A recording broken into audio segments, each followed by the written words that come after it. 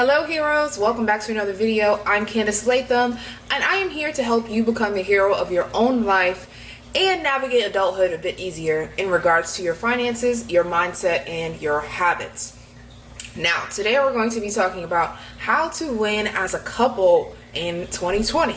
So last Sunday I had a meeting with my boyfriend where we just go over our monthly finances, our goals that we're working on individually when it comes to our finances and goals that we have together. What are the household bills? And then we also just did, after the beginning part of the meeting, we go over retrospectives, which I'm going to dive deeper into that a little bit later. But actually, when I was sharing on my Instagram story, and if you're not following me on Instagram, my Instagram name is @everythingcandice So once I shared a clip from our meeting that we had, somebody sent me a message asking, is this in a blog post somewhere? And I was just like, no, it's not a blog post, but it will be. So I decided to create this video just to share more about our process and how we do things in the meeting. So retrospectives is a ceremony within the Scrum framework. Simplest definition is just making sure that you guys are just choosing a time to check in and see where you are on your respective goals. I didn't watch. I seen the clip of For Love and Hip Hop when Jim Jones had foreclosed on the house that him and his girlfriend or fiance had, and he never told her about that. So he just let that slip through the cracks and didn't tell her that their house was going in foreclosure. And of course, she's in a real estate, so that kind of affects her business. Now people might not trust her because she has a foreclosure under her name and all this stuff because they didn't have that communication. They didn't have those monthly meetings where they talked about what's going on and how can they improve. So that is just what I want to talk to you guys about and show you the board so you too can just start to do this within your own family, within your own relationship. I think that it would really be great for something for you to start implementing in your life. Okay, so now that we broke this down, I'm just going to show you guys an example of a retrospective ceremony. So we have the three categories, which was wins, opportunities, and curiosities. Now, opportunities, you have to remember, are opportunities for growth.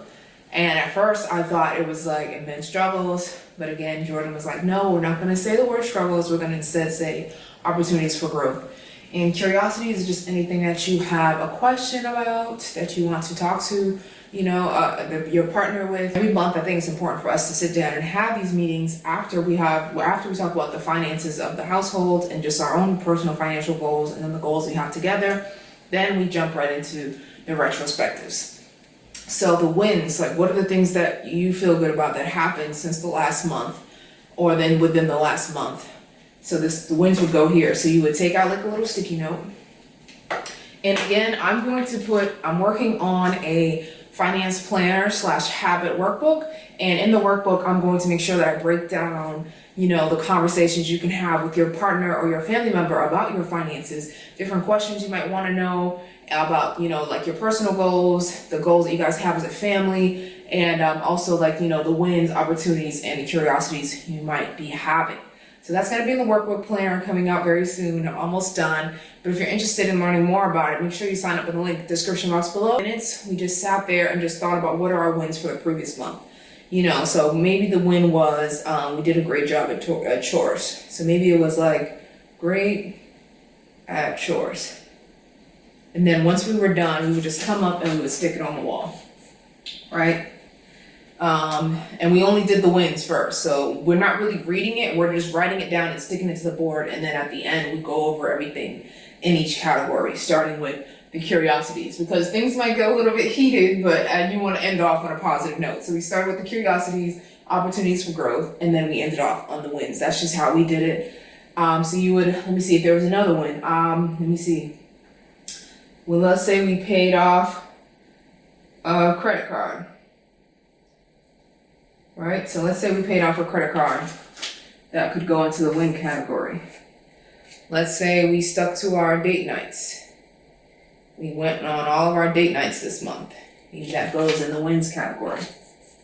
And so on. So you guys see how that goes. Now, opportunities for growth. So maybe opportunities for growth is we went over our eat out budget, maybe, right? Went over our eat out budget.